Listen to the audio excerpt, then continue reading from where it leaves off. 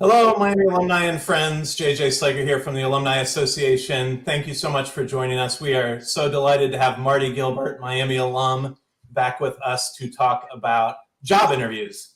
Thanks for those of you that ask questions ahead of time. We'll get to some of those. And we also welcome your questions live. If you want to put them in the Ask a Question section below your video, Marty's going to leave some time to answer questions at the end. So we're excited for that.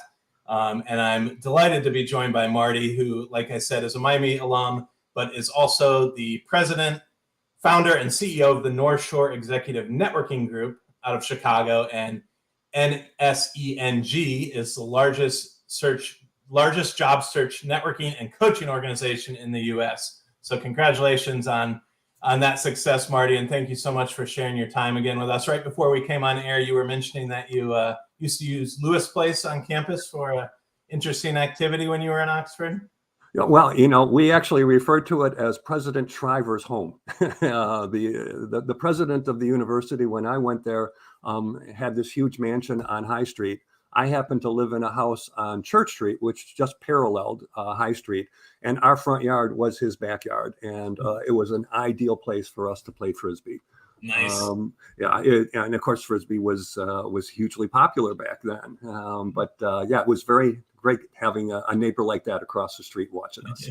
Yeah, sounds like fun. All right, awesome. Well, I'll let you take over with your presentation now, and we'll see you at the end for questions. Okay. I'm glad that all of you can, take a little bit of time of your day to talk a little bit about a topic that a lot of people struggle with. Job interviews are not easy. A lot of people feel challenged by them. And of course, there's basically three different environments that you have to be prepared for. One is the phone screen, which is usually the first step in the interview process. Of course, with the pandemic having hit us a few years ago, Zoom became hugely popular and still is today. That brings with it different challenges. And of course, the in-person interview, which ultimately most folks eventually get to before a job offer, is yet another element of something that you have to be prepared for and know, some of the things that you want to do and impress people with when you're in either one of these different environments. So before we get into the material, I just have one very simple request, is that you treat this information as proprietary and confidential. JJ will be, posting this, and I just, ask that we not then reproduce it all over the internet. Before I get into material, let me just tell you a little bit about, my background, but more importantly, the North Shore Executive Networking Group. It's an organization that I started a little over 12 years ago. I've got events going on every 3 weeks. They're either virtual meetings, webinars, 3-hour workshops. Everything is job search related. And I now have companies that are becoming, sponsors and advertisers because they love the quality of the talent that come out of my organization. I've got over 9,500, over 9,700 members, and have been averaging at least 10 members landing new jobs every week for the last 6 years. In fact, last year we had 508 members land new jobs.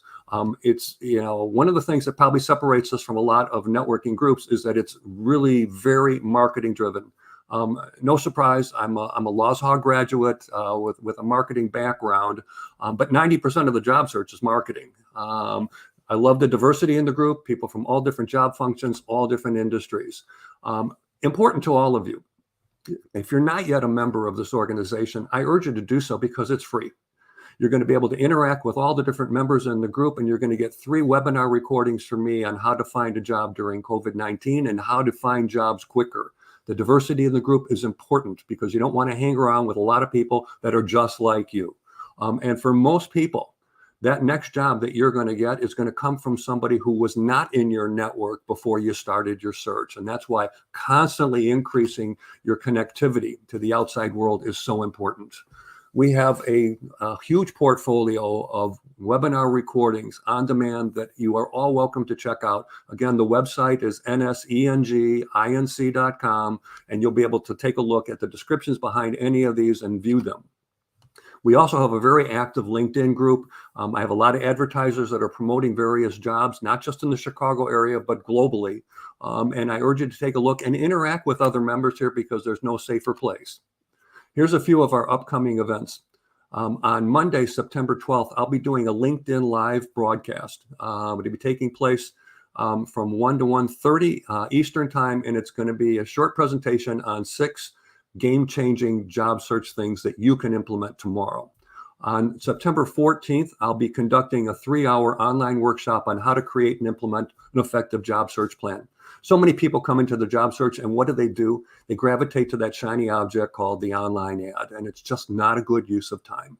Less than 20% of all the jobs that are filled in the marketplace today are coming from online ads. And so, unfortunately, a lot of people let that dominate a lot of their job search. And so I'll be talking about all the different aspects of a great job search: resumes, LinkedIn profile, networking, interviewing, everything from end to end, and what you need to be doing. I'm also throwing in an additional recording of 40 minutes on how to build out a target company list, because you are now a new product launch. Who is the audience you're trying to reach? And I get into a lot of aspects of LinkedIn on that.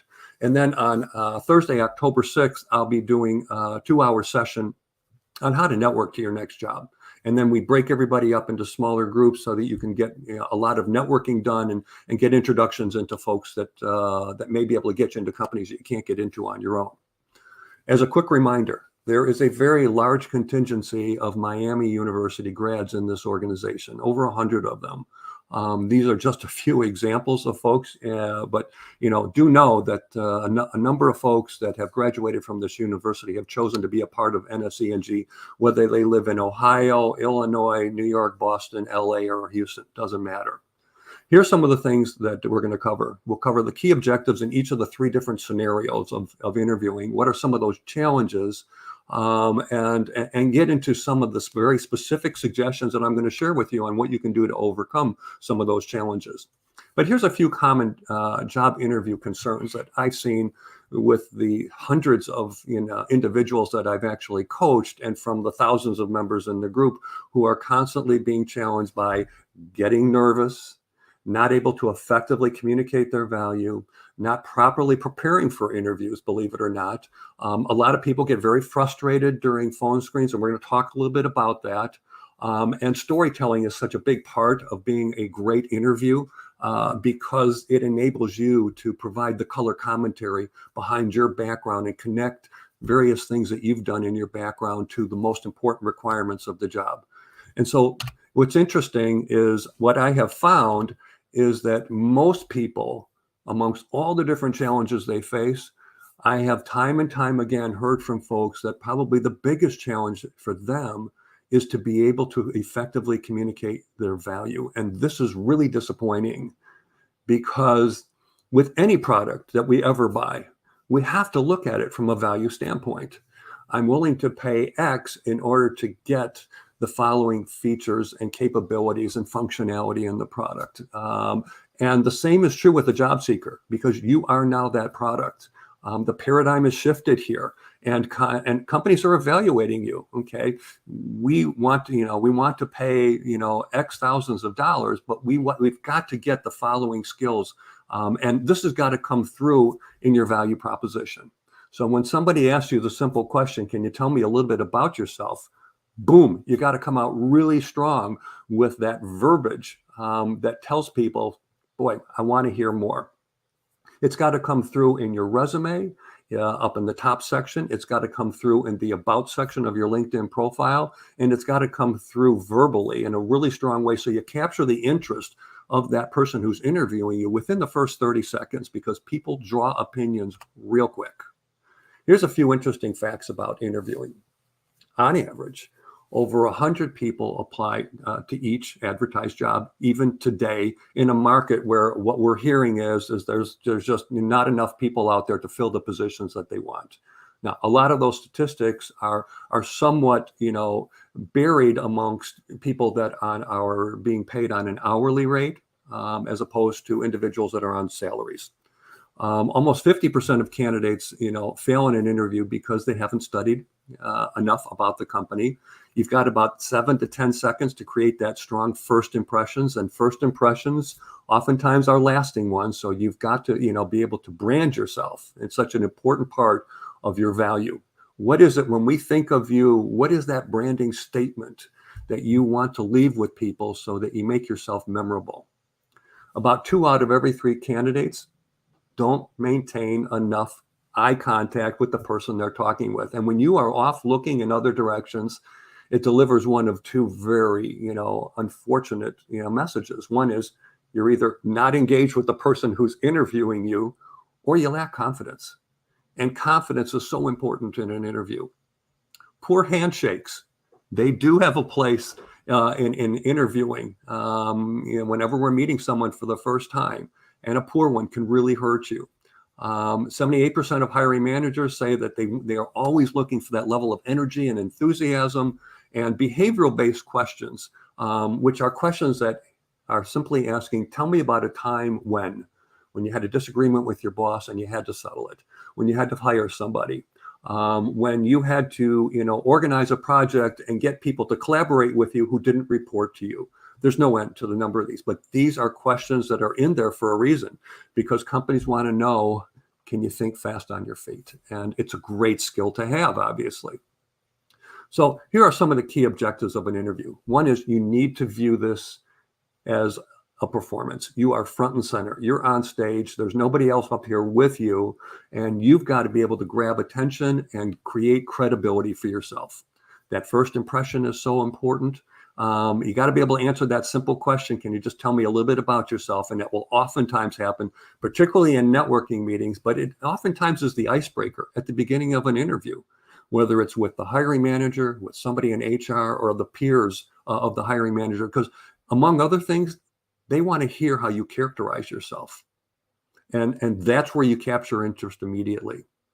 You've got to be able to connect the dots between achievements and stories in your background that are relative and pertinent to the key requirements of the job. Another objective is to show that you can fit into the organization, that you're adaptable. Okay. And for those of you that are over the age of 50, I'm sure that there are many of you that are on this call that have heard, the statement, I'm sorry, but you're overqualified. And for many companies, it's another way of saying you're too old. Okay. But it's legal. And that's the difference. And I do a whole 2-hour webinar, and it's been recorded, on how to overcome age discrimination during your job search. You've got to connect with the interview. You've got to be able to make yourself memorable, making yourself likable. We're going to talk a little bit about these. And in the end, you got to get people to fall in love with you, because now the leverage shifts over to you. Once they've determined that you are one of 2 finalists, or that you are the chosen candidate, now you have the ability to negotiate in a much stronger way, as opposed to everything leading up to that point. So let's move on to the first step in most interviews, and that's the phone screen. Now, some of the challenges here is that you're talking to somebody who's on the other end of a phone call and you can't see them. You don't know how engaged or disengaged they are. But one thing I can tell you, in most cases, that person who's conducting the phone screen is likely to be fairly young and quite inexperienced, which means that their understanding of the job may not be very deep.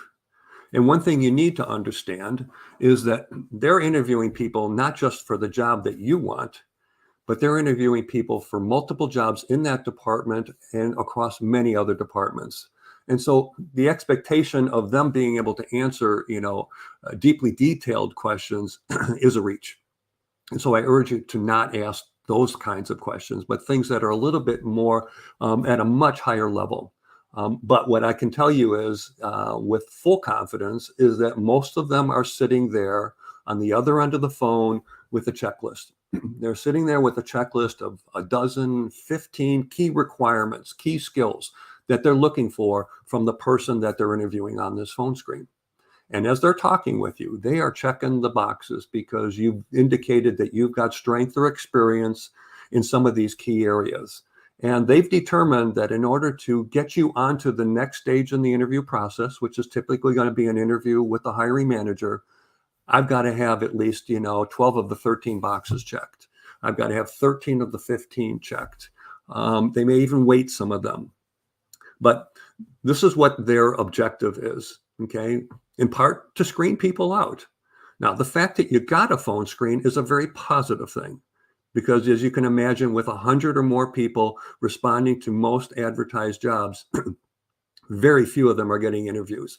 Out of 100, maybe five get an interview, and they get it down to 2 or 3, and then one is eventually going to get an offer. So the fact that you got to the phone screen is a positive. It means your resume resonated, or your LinkedIn profile resonated, or if you wrote a cover letter, you connected your background to things that they're looking for. One important thing is you always want to get affirmation that you're moving on to the next step. So there's nothing wrong with asking the individual at the end of this phone screen, is there any reason why you wouldn't move me on to the next stage in the process? Here's a few things I want you to keep in mind when you're going through a phone screen. You got to be patient with the interviewer. They don't have the level of detail and knowledge of the job that you do. Don't embarrass them. And it's easy to do for some people, but don't fall into that trap. Make them feel good about themselves and about you. One thing that a lot of people have found great success with, because exuding excitement and energy, is to stand up during your interview. When you stand up in an interview, your voice raises to a new level, and you can walk around, okay? You may have notes sitting in front of you, but when you are standing up, your voice does in fact sound more energetic. I've seen this time and time again with so many people. And if that's one of the objectives, and for me, it always is, experiment with standing up. Talk with people on the other end of a phone call. Have part of the call while you're sitting down. Have part of the call while you're standing up, and ask them if they've noticed a difference. Now, in preparation for a phone screen, you should start creating your own hit list of potential questions that a recruiter might ask you, okay? Obvious one is, tell me a bit about yourself, but what is it that you think makes you unique and better than other candidates we may be talking with, okay? What specific relevant experience do you bring to the role? What about this job interests you the most? That can be a trick question, because a lot of jobs have multiple facets to them. Some of them may be more heavily weighted than others. They may be asking you this question because you might say, well, geez, for this marketing role, I'm really interested in lead generation, when in fact, given the 5 or 6 pieces of key requirements of the job, maybe that is the least important, and the more important one is helping to set up channel partner networks. So you've got to tread somewhat carefully here, so that you don't put all your eggs into one aspect of the job, and be able to spread that wealth across all of your skills. They might ask why you left your last position. Might also get into, how knowledgeable are you in the industry? And this is important, because one of the easiest ways to eliminate candidates in the interview process is if they're not an industry fit, particularly with customer-facing roles and with people that have more than 7 or 8 years of experience. Because we as a company will train you on our products, our services, our technology. But if you can come with that industry knowledge already in hand, our impression is that you can hit the ground running a lot faster, you can be productive quicker, and we don't have to spend the time training you on how the industry or the business is run. People might ask you about your management style. There's no end, but you should think about questions like this, because some of them will crop up during an interview, and you want to be prepared with an answer and a response that gets you, coming across really strong. Now, one way to ensure that you do tell great stories and that you come across confident and concise is by putting it together a simple spreadsheet like this. This is nothing more than an Excel spreadsheet. I urge you to take all the key requirements of the job. There might be 5, there might be 15. And alongside each one, put a story that reminds you of something you've done in your past that you can speak to. This becomes your cheat sheet. It's a great way to be very colorful in your responses, very measurable in some cases if you've got metrics to demonstrate things that you've done. This is just an example of somebody in marketing who was very driven to growing the top line. And they did it through things like digital marketing and lead generation programs and sales funnel development. And then a few words that remind the individual of something they did so that they can come out with commentary. I managed and ran a company in the sports industry for several years out of Chicago by the name of Stats Incorporated. We were the biggest provider of data to the sports industry. We provided all the data to every Major League Baseball box score in every newspaper across the country every day during baseball season. We even provided John Madden all of his color commentary for NFL Game of the Week on Monday nights. But I can tell you, what made John Madden an amazing announcer, among other things, separate and apart from his personality, which was incredible, were the stories he told. And the stories he was telling were so intriguing and interesting. And little did anybody know that he was getting a lot of that data and statistical background from this company, Stats Incorporated. And all of you need to be able to tell great stories, because it's the stories that really sell. And I tell people, resumes tell, but stories sell, and it makes you memorable. Beforehand, before that phone screen, and during that phone screen, you want to try to map out the organizational chart of the department where you might be working, where that job sits. And so do some of that homework ahead of time on LinkedIn to start to map things out. And there's nothing wrong with asking questions during the interview, because typically they'll give you some time at the end to ask them, how is this department structured? Okay, there might be a VP at the top. Maybe that VP has 4 directors. Under the directors, there might be some managers and single contributors. It would be good to understand what is the structure, and then where might you fit into this for this specific position that you're interviewing for. Ask at the end of the interview, again, we're only talking about the phone screen, ask if all the different topics they wanted to cover have in effect been addressed. Because you typically will have half hour, 45, maybe 60 minutes on a phone screen. But you want to make sure that you've given them an opportunity to check all those boxes. And so don't be afraid to ask, have we covered everything that you wanted to? Because they may be looking at their checkbox and go, you know what, there's 3 things here that I haven't yet, had an opportunity to hear anything about. It gives you one more bite at the apple. It gives you an opportunity to say, oh, sure, absolutely. I've done a tremendous amount of financial planning and analysis. Let me tell you a quick story. Boom. Okay. You want to hear about what I've done in mergers and acquisitions? Here's something I've done there. So give them an opportunity to tell you that there is something that hasn't been covered. And don't hesitate when you close out that phone screen to ask, is there any reason why you wouldn't move me on to the next steps? And what is the likely timeline and those steps that might be involved? They might tell you we're in the beginning stages of the interview. They might tell you we hope to get it down to 3 candidates. We'll be making those decisions in 2 weeks. The next step will be an interview with the hiring manager. This information is good for you if for no other reason you're always wondering, how long is this going to take? There's not a person out there that can tell you how long it's going to take you to land your next job. And I've got people in NSENG who've landed within 2 or 3 weeks, and I've got people who have been looking for 2 years. There's just so many variables. But it's important to ask what that timeline looks like so you can put your mind at ease, if nothing else. So let's move on to Zoom interviews, because there are some different challenges that you as a job seeker will face here. And one is that you are on camera. Okay. A lot of people get nervous when they're on camera, just knowing that they're on camera and then being able to see them versus the person they're talking with. But you do have to create the right physical environment around you. You don't have to have a virtual background. Okay. And I urge you not to force one. That doesn't make sense. But you want to look professional and you want to have all that attention on you. Okay. You don't want things distracting you. Most importantly, you got to turn that interview into a conversation, because when you do, you come across extremely confident, self-assured. This is something when I was interviewing candidates for positions I was trying to fill, I always envisioned, is this somebody I can put in front of an audience of my peers and of my boss and feel that they could hold their own? And a job interview gives you that opportunity to demonstrate that. That's why I say this is a performance. You got to find ways to connect with the interviewer, and we're going to talk about some of those things. You want to make sure that you're keeping them interested and that you come across interested and not desperate. Okay, there's a fine line there, but we've seen people's tone of voice change when they come across rather desperate. I got to have this opportunity.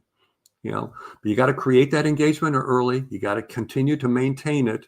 Do the storytelling that we talked a bit about. You now understand a little bit about the preparation that goes into becoming a better storyteller. But do know that each interviewer that you talk with, they may have a slightly different agenda. Okay, you're not going to be talking only with the hiring manager. That hiring manager is probably going to bring in a bunch of their peers. Okay, so if you're interviewing for a sales job, it would not be unusual for you to be interviewing with somebody from marketing, somebody from operations, somebody from product development, maybe somebody from HR, because this person wants to get perspectives from different people. But each person may view the role a little bit differently because they want to know, how does this sales role impact me from a product management standpoint? So you need to think about some of the things, that you believe this job could benefit the various departments that may have a vested interest in what's going on. So, and among other things, for the person that ultimately will make the decision to hire you, how do you make their job easier? Because when you make people's jobs easier, boy, they love it, right? I can get all kinds of things off my plate, okay? And it's not always just the person you're going to work for. It could be some of these other tangential departments who look at your candidacy and some of the things you can do and they go, wow, that could save us, a very significant amount of time. Or I no longer have to have somebody who's monitoring that aspect of this role.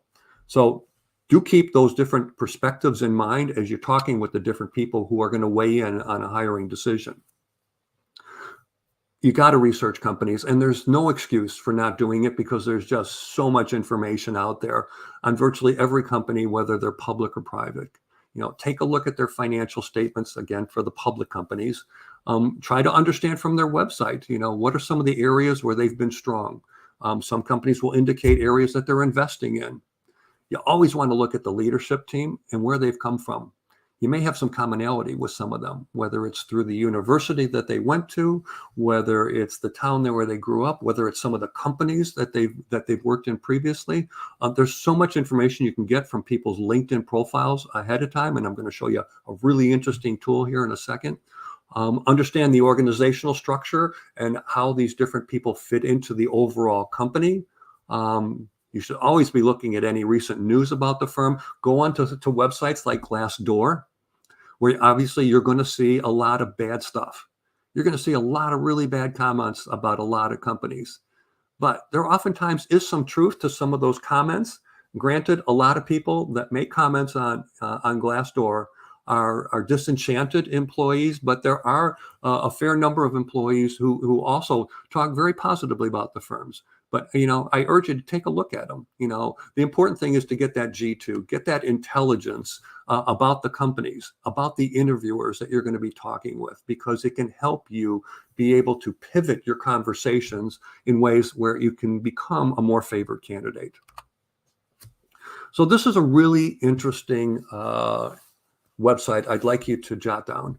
It's called crystalknows.com, CRYSTAL knows, KNOWS.com.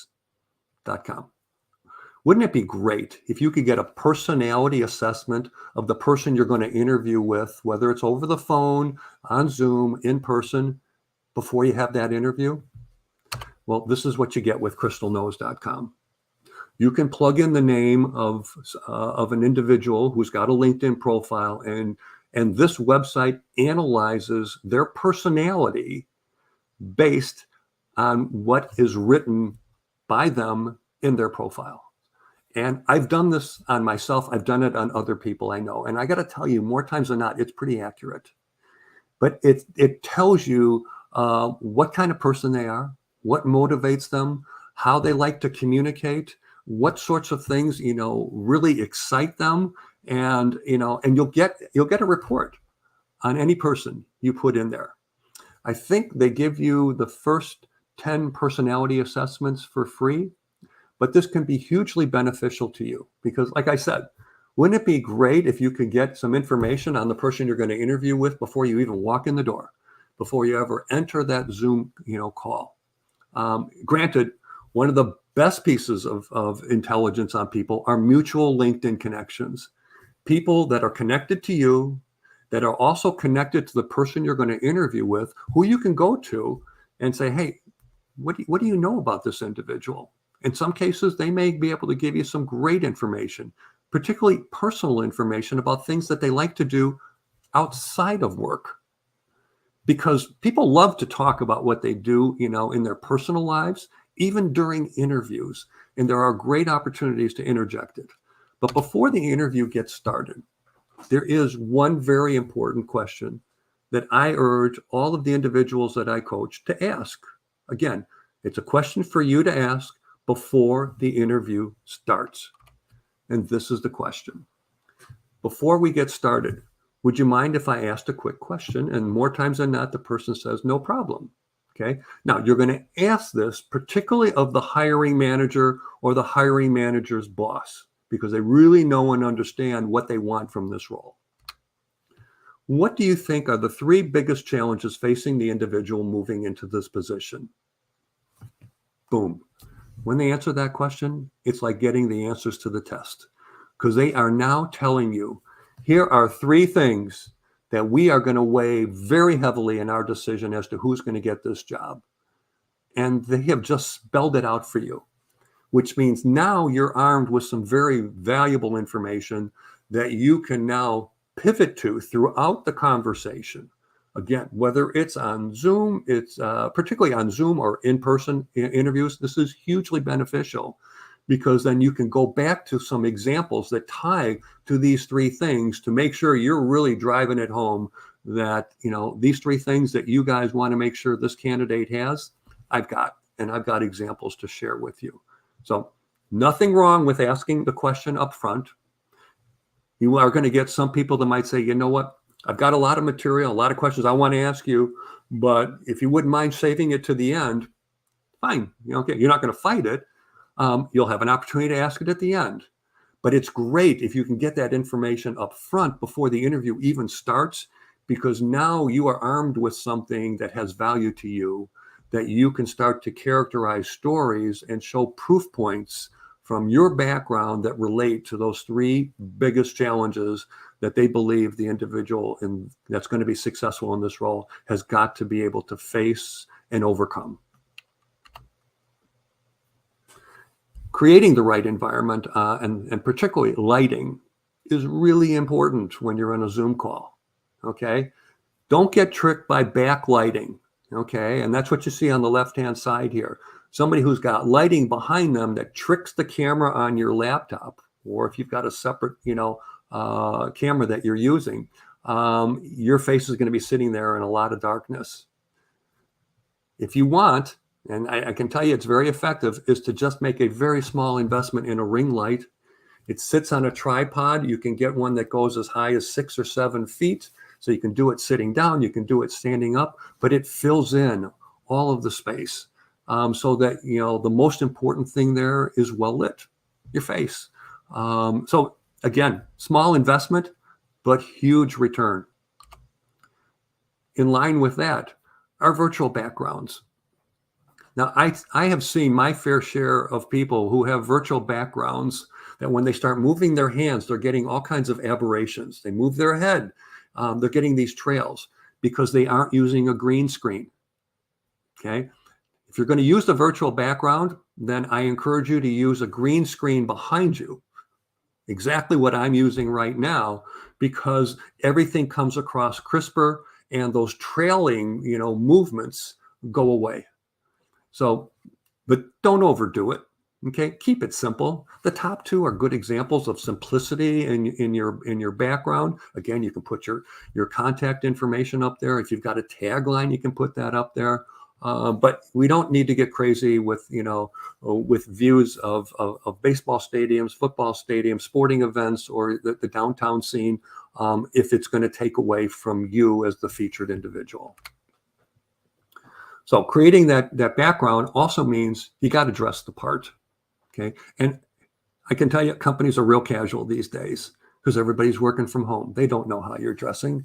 But there's nothing wrong with overdressing for an interview, So always safer to overdress as opposed to, doing something that may make you come across as though you're not serious and, you're not, up to this opportunity. At the same time, you want to position your laptop properly.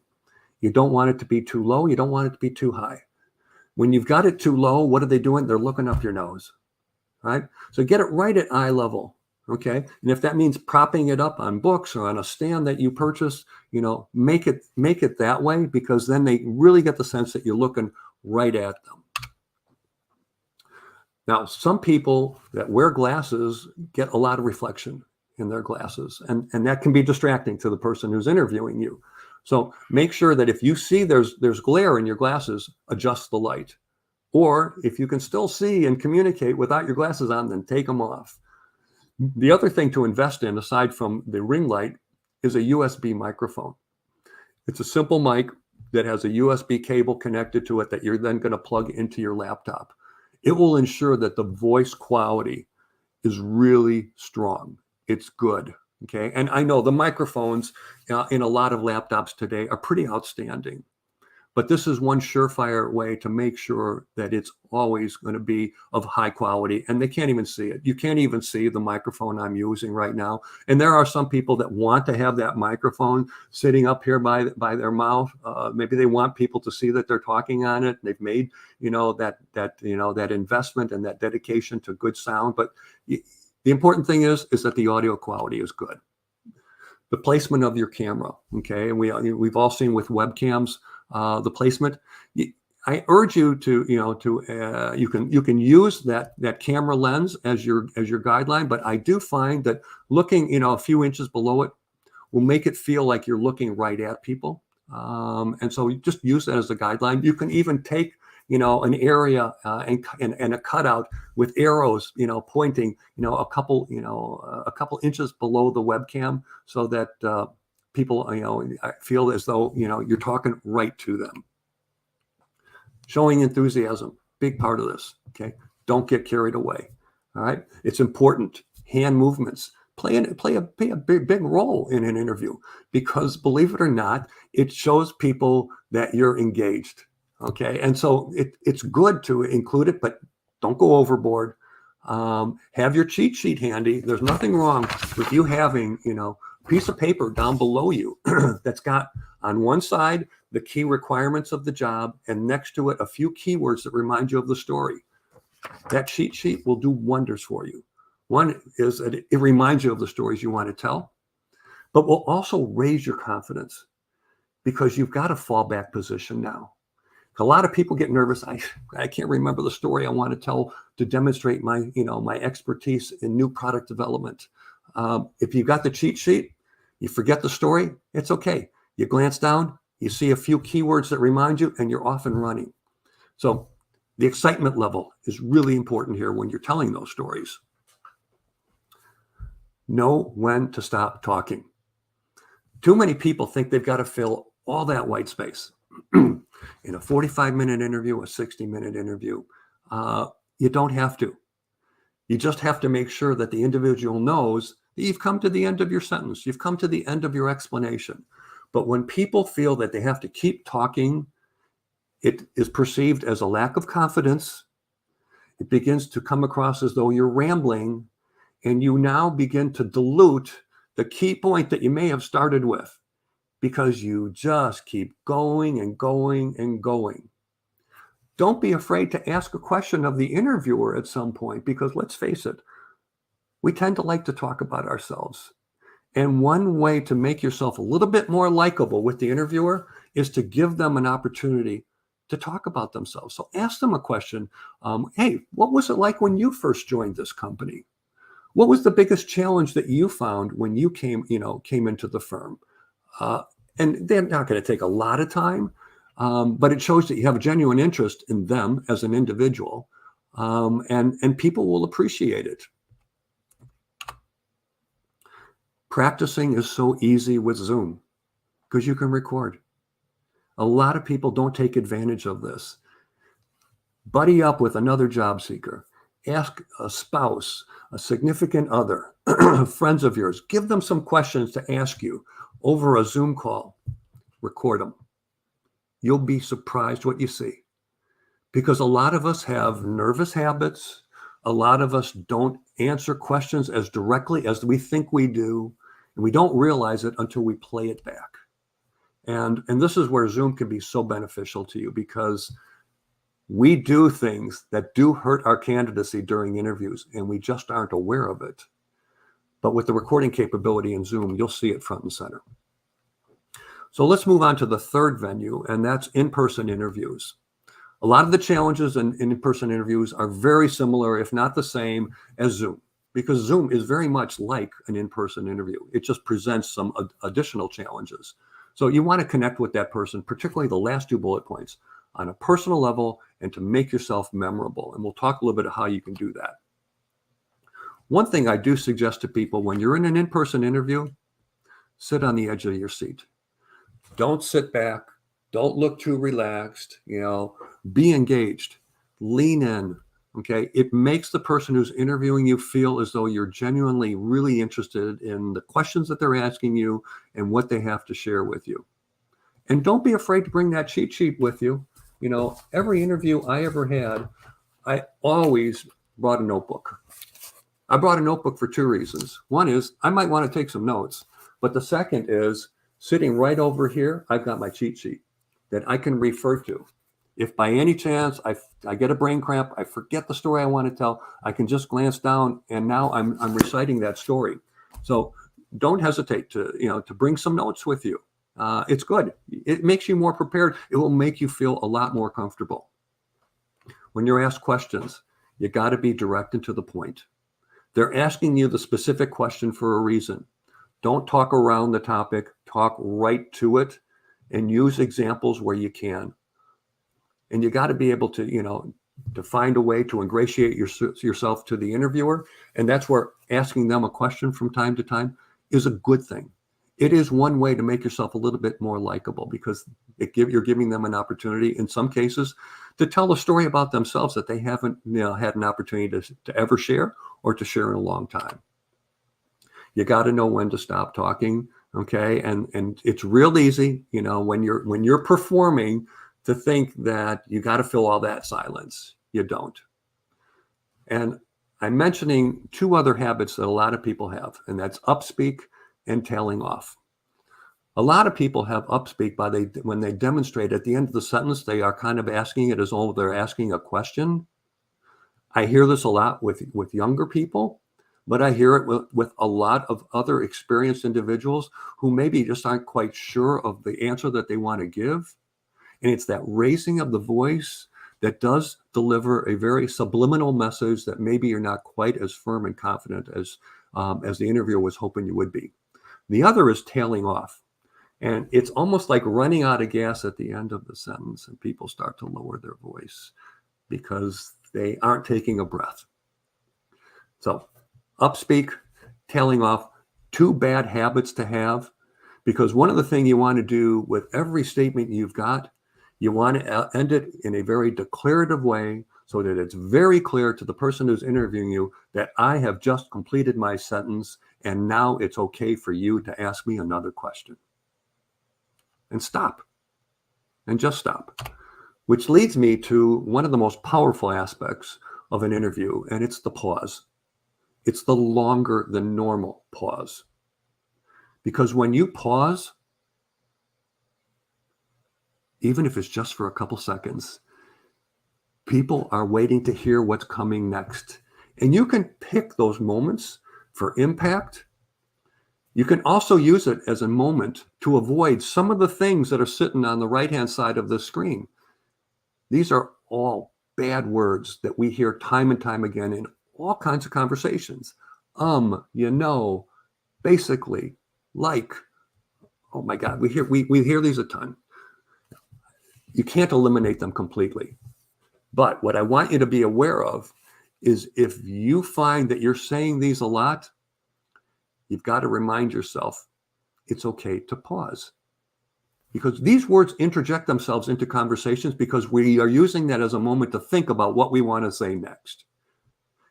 Team up with somebody. Have them click their finger every time you say or like, all these words.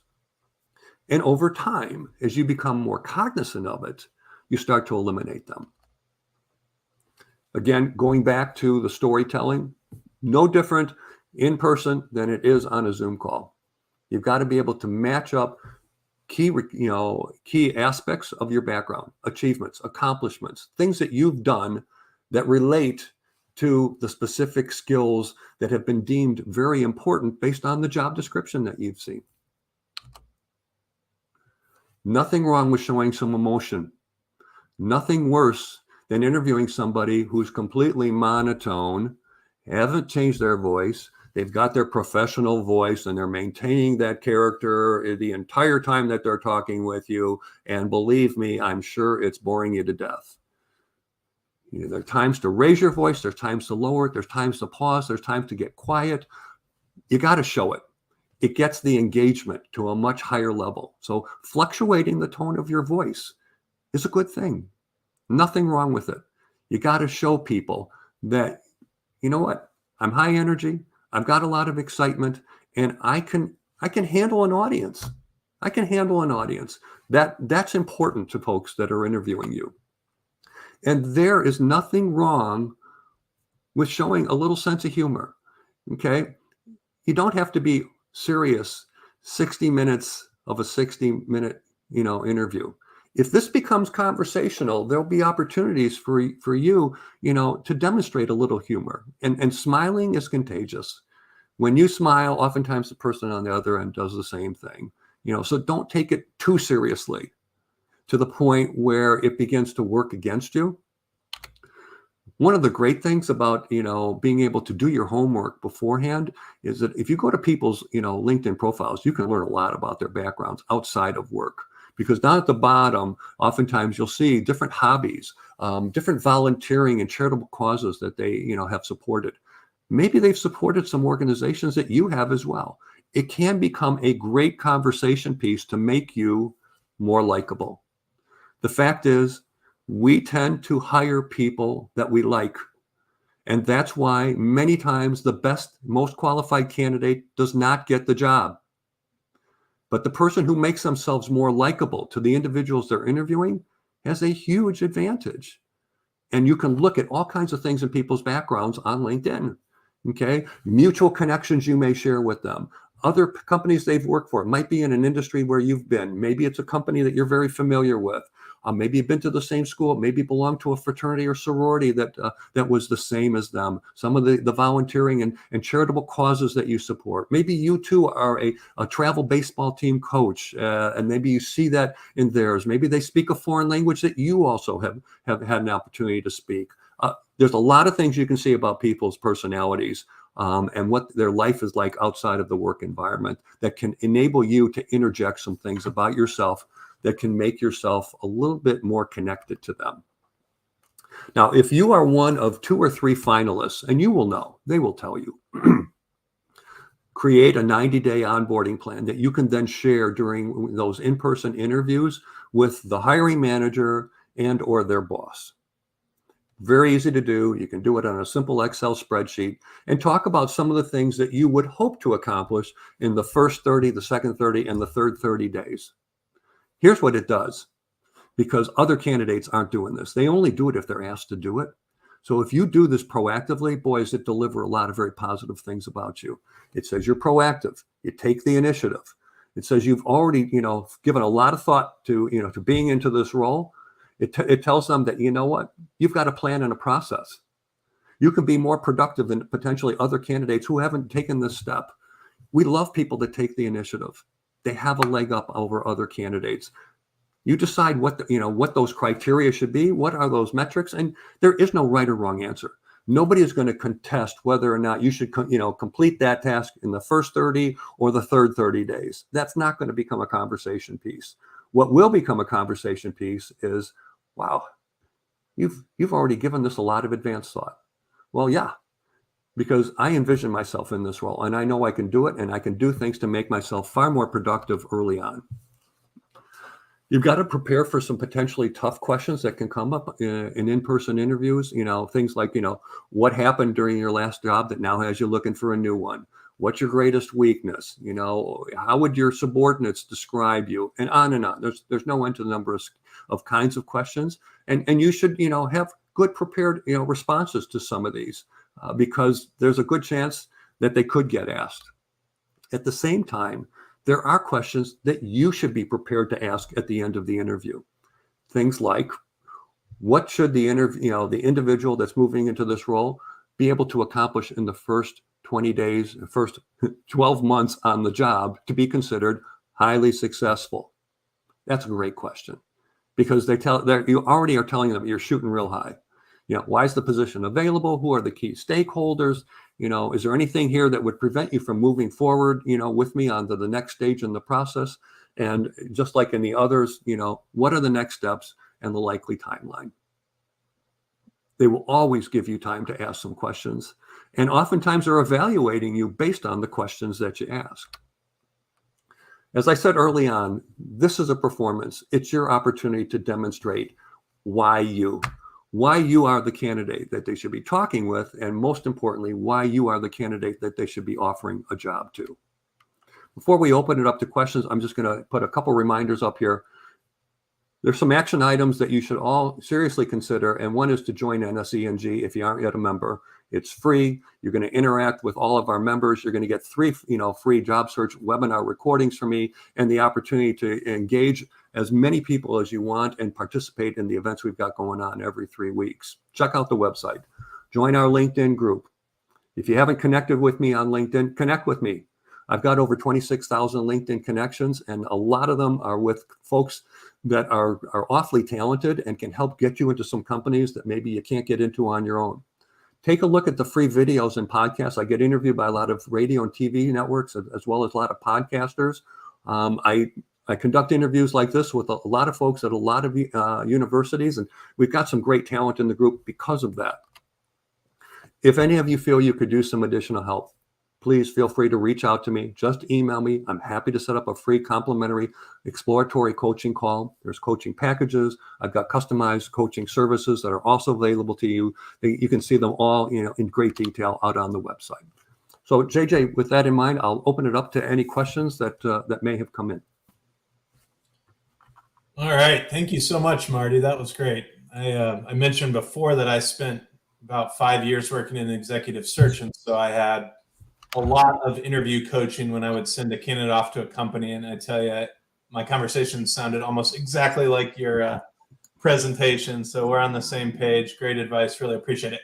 And we have a lot of questions. So let's get to them. Try to kind of put these in chronological order. Megan from the class of 2022 said, do you have any tips for answering the tell me about yourself question, which is almost always the first question? Yep. So I would ask that you step back from yourself and think about what makes you unique. What are some of your unique competencies? So if you were to describe yourself, think first about what might be your branding statement. And it's not that you all have to have a branding statement, but it's a good starting point. Let me give you a couple examples. If you're a sales hunter, brings in a lot of, sales opportunities. Hey, I'm a sales hunter who brings big deals into mid-sized firms. That's a unique competence, okay? I'm a project manager who creates order out of chaos. Any number of things, but I want you to first start with something that really distinguishes you. Think about building out an organizational chart, but you are that chart. So here's the branding statement at the top. And then what are the 3, 4, 5 things that feed into that enable you to make that claim about yourself? So think about some of the key things that you've done that are really exciting in your background. You want to bring these out early when you describe yourself because you've got to create excitement. You've got to, create differentiation because whether you're in a networking meeting or in a job interview, they're sitting here on a stack of, of resumes. And they've chosen to talk with you in this phone screen. And so you want to just reassure them that, I have a competitive edge over other candidates for this role for the following 3 reasons. And you've got to do that introspective view of yourself. So you've got to take an inventory. And I think one of the best places to start is what are some of the most exciting accomplishments about you as a professional? Great. Yeah, and I'll just add to that, Marty. I think when I would hear people that weren't moved forward after an interview, the complaint about the answer to that question is often that people talk too long, because they say, "Tell me about yourself." And if you talk 5 or 10 minutes straight and say everything, and you're not really having an active conversation, I think that's a big Right. turn off to people. So keep it concise, right? Yep, absolutely. 1 or 2 minutes at most. Yep. Yep. Agreed. Okay. What is critical to remember about group or committee interviews, from David, class of 77? Okay. Oh, he's from my era. That's great. I think one of the important things when you've got a group interview, okay, it's you and maybe 3 or 4 other people they're all interviewing you. Before you get into that interview, you got to look at their LinkedIn profiles, and you typically will be told who those folks are. So take a look at their backgrounds, find out what they're all about, and you got to put yourself in their shoes. Okay, you may have an operations person, someone in HR, somebody in sales, somebody in marketing, someone in product development. Given what this company does, what are some of the things that you think might be important to them? And then put down a few bullet points for each one of them about something that something that you believe might be important to them. And at the same time, you're going to look at their profiles. You might see some things in their background that you can make a connection point with. Like I said, at the bottom of the LinkedIn profiles, there's some pretty interesting information you can find out about people. And there might be opportunities for you to drop one of those topics in here. But you got to put yourself in their shoes. What do they think is important to the person in this role relative to their department? And again, the storytelling, regardless, is such a critical piece of this, because it just makes you come across as though you're well prepared, but more importantly, you're interesting. We want interesting people. Awesome. I'll add in that I think it's important to focus on addressing the person that asks the question. Sometimes it's hard with a group. You're kind of like all over the place, but if someone asks you a question, I think it's good to kind of focus your answer to them. And also, this is basic, but I always put everyone's name on my little notebook that you bring, because sometimes in a group interview, it's hard to remember everybody. So, Yep. Okay. Let's go to the next question. This is from Anne, class of 2008. Any tips for listening to understand rather than listening to reply? Well, they are slightly different, but I think, like any good salesperson, probably in my mind, the most important skill for a salesperson is not how they present. It's how they listen and translate. It's how they listen and absorb, so that they can then understand the needs. So to me, the whole idea of listening to understand is really important with the questions that they ask, but it may also be in response to some of the questions that you ask them and how they respond to them. There's nothing wrong when you're asked a question and you're not exactly sure what they're asking. Go back to them and say, you know what, I just want to be sure what you're asking me. Is it such and such? So that gives you that clarification, and that's important. Obviously, they want to hear your response, but your response is only going to be as good as your understanding of the question that's being asked. So, I think your question is an interesting one, and your responses are always going to be tied, to something that they want to know more about you. So I guess my one suggestion to you is, if you're not sure why they're asking the question, don't hesitate to ask for clarification. And if there's some way in which you want to build off of your response, you can always after your response say, did that sufficiently address what you wanted to know? Because happy to to expand on it. And if they want to hear more, they'll tell you. Yep. Okay, Sam from the class of 2022 said, what are the best questions to ask an interviewer to sound truly interested? I think you gave a lot of those right at the end, and I love the one about, what are the biggest challenges facing this role, or how do you get off to a fast start is one I always suggested. Any other quick tips for questions to ask of the interviewer? Yeah, I think, one might be, what made you decide to come to this firm? It's a great question, because they're going to get personal with you, and they're going to tell you something about this company. One of the toughest things to find out about a company in an interview is what's the culture like, right? And most time people aren't going to be very honest with you if the culture is not, is kind of toxic, right? Mm-hmm. But ask them, what was it about this firm that made you decide to join? Okay. And if there's anything about this company that you would like to see changed, what might that be? Now that's an interesting question. They probably don't hear a question like that very often, but I think it shows that you're really thinking in a somewhat unorthodox way, and that's okay. There's nothing wrong with being different from the kinds of questions they hear from everybody else. It will make you more memorable, and that's important. Great. Just a programming note, we've hit an hour here. Marty's graciously agreed to stay on to answer all the questions, hopefully that come in. So if you happen to need to run and you still want to catch answers to your questions or other people's questions, you can still watch this recording at the same link. It'll be up later today. But yeah, I'm going to keep going here. Let's go to Erica, who is a Miami parent, asked about how do you know if you're being recorded? Is there a law about it? Anything to think about with like a Zoom interview? You know what, JJ, your audio just clipped a little bit. Could you ask the question again? Yeah. Can you hear me all right now? Yep, it's good. Okay. This was about whether you're being recorded on Zoom and if there's a law or anything to consider if you're being recorded in a Zoom interview. Yeah. I know that typically you can see that little red button that designates that the conversation is being recorded.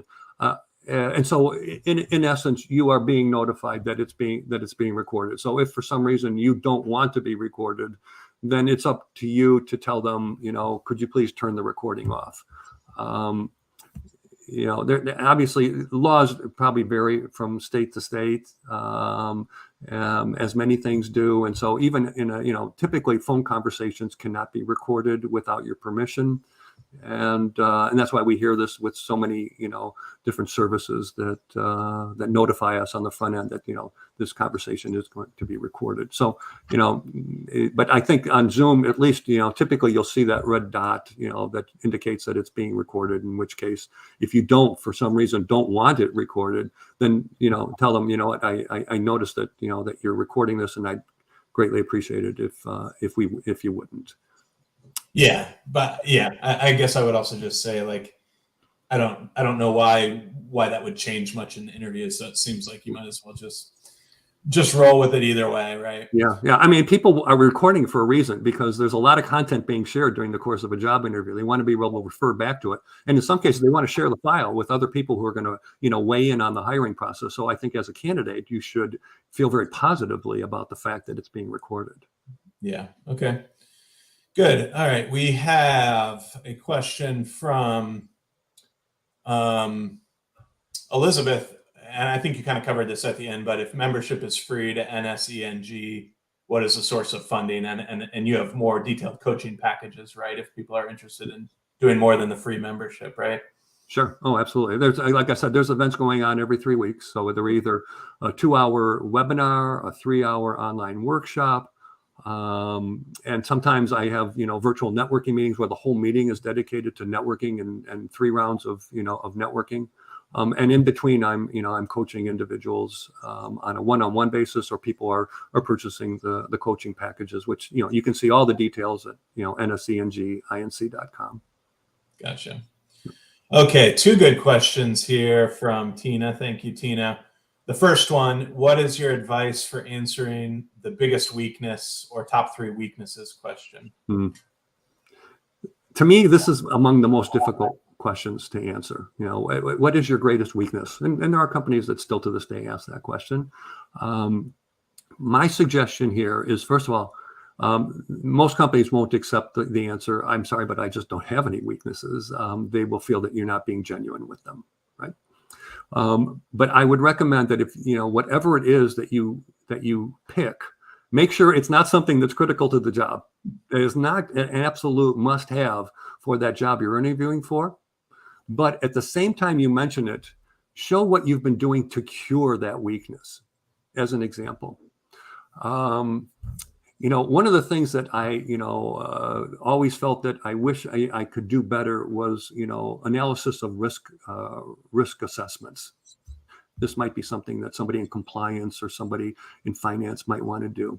And so to help address, that shortcoming on my part, I've attended, two webinars on, how to evaluate risk in decision making. Because there's so many classes you can go to, whether they're through LinkedIn or through other, online means, many of which are free. I conduct these LinkedIn live presentations. They're all free. And so there's people like me doing this, with regularity. So, I would urge you all to, use this time to think about, what is that potential weakness, and go ahead and attend some online classes. And all kinds of universities have all kinds of classes as well, obviously, so that you now have a prepared response when they, if and when you get asked, what is that great, your greatest weakness, and you're able to mention it, but also to show that you were proactive in remedying the issue. Yeah, I think sometimes you can almost frame it like it was a big weakness. Here's how I addressed it, and still working on it or whatever. I think that's great. Okay, Tina also asked about what if you just can't think of an answer off the top of your head? What if they've stumped you with a question? Any suggestion? Oh, geez. Well, one choice is to say, you know what? Would you mind if we come back to that a bit later? I need a little more time to give it some thought.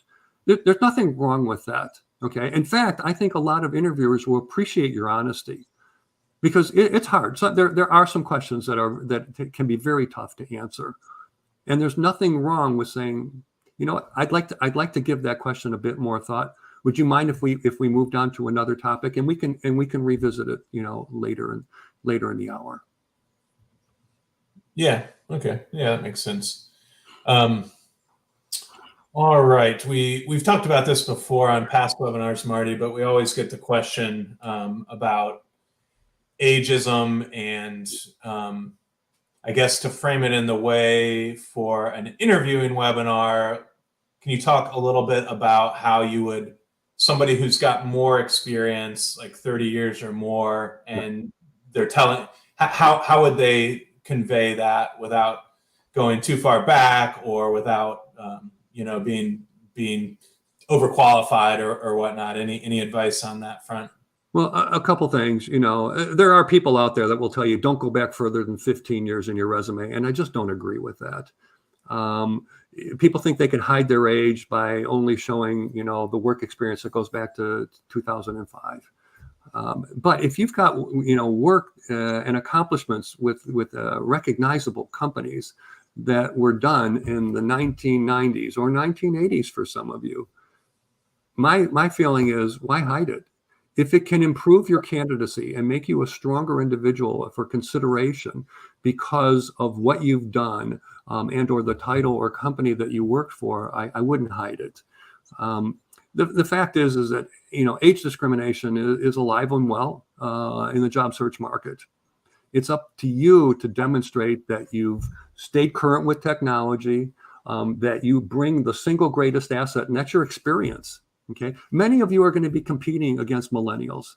Okay. Those of you that are over 50, you might be competing with people that are 10 or 20 years younger than you, but you do have advantages over them. And you've got to overcome the stereotypes that you are low energy, that you just want a job that you can ride out until you decide you don't want to work any longer, and that you're not motivated. Okay. These are some of the challenges that people face. And of course, for most individuals that are over 50, they just aren't true. There's a lot more flexibility for a lot of people of an older age, because for some of you, your kids are now out of college and you just got a $40,000, $50,000, or $60,000 pay increase, which means you can be more flexible than a younger person who is looking to find a way to get to that next plateau of pay scale, in which case you may be looking in just the opposite direction in an effort to make yourself a more attractive hire. But you got to get these things out there. Yep. Okay, a couple more. Andrew from the class of 2003, what is the best way to approach the salary expectation question, especially on the very first interview? Yeah. So this is, this is a touchy subject. And there are, folks that will ask you, for example, in the state of Illinois, they cannot ask you what you were making at your last job. It's illegal. Some states, I'm sure it's perfectly legal.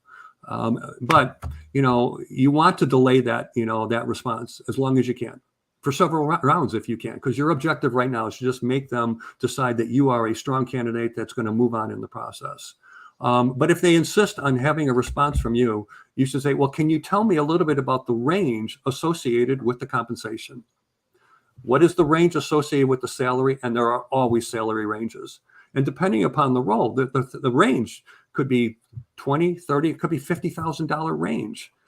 So ask them, throw it back at them. Well, can you tell me a little bit about the range associated with the salary for this position? Can you tell me a little bit about the incentive programs or anything else that's a part of the total compensation package? Because I recognize that there's more to compensation than salary. Many times people will respond back to you, okay, the salary for this role is between 110 and 135. Great, now you know it. And then you can determine, you know what, I fit within, I fit within that range. Okay. Or, I'm butting up, to the higher edge of that range. But I realize there's more to the compensation package than this, and be happy to, at the appropriate time, talk a little bit about some of the other things that are part of the package. So right. if maybe just have time for one more question. And yeah, in fact, I'm just going to read a comment. I think we've covered most of the questions related to interviewing. So Erin just says, not a question, but I really love this prep practice. Thanks for the demo of the store organization. I think she's talking about the laying out a spreadsheet where you have a little story ready, which I think is such a key thing. So I think that's a great takeaway. And thanks for the comment, Erin. Thank you all for watching as well. And most importantly, thank you, Marty. This was awesome. Very helpful. Good information. Any parting words before we take off? No, just remember, you guys control your fate when it comes to a job search. Yes, you can't overcome some of the obstacles that COVID had put in front of us. But I can tell you, it did present to us one really good thing. And it's the fact that companies have finally come to the realization you can trust your employees to work remote. So for many of you, whether you live in Cincinnati, in Chicago, LA, Houston, or Boston, you may in your next job be working for a company that's thousands of miles away from you, because companies have now become far more flexible. A lot of that power has shifted to the employee as a result of COVID. So please don't think that you only have to apply and pursue companies in your hometown. And some of the best jobs are not advertised. That's why you got to have this outbound marketing campaign to create the engine, and why I developed the what the hell approach to job search, because you have nothing to lose by doing things that other job seekers aren't doing. And one of those is to pursue companies that don't have advertised jobs. Thanks so much. Appreciate it. Yeah, thank you, Marty. Take care. And if you do want to watch more on that, we also have 2 recorded interviews with Marty that we did in the past on the professional development part of our webinar site. So we hope you'll check those out. Check out Marty's site, get in touch with him, and everyone take care, love and honor. Great. Thanks so much.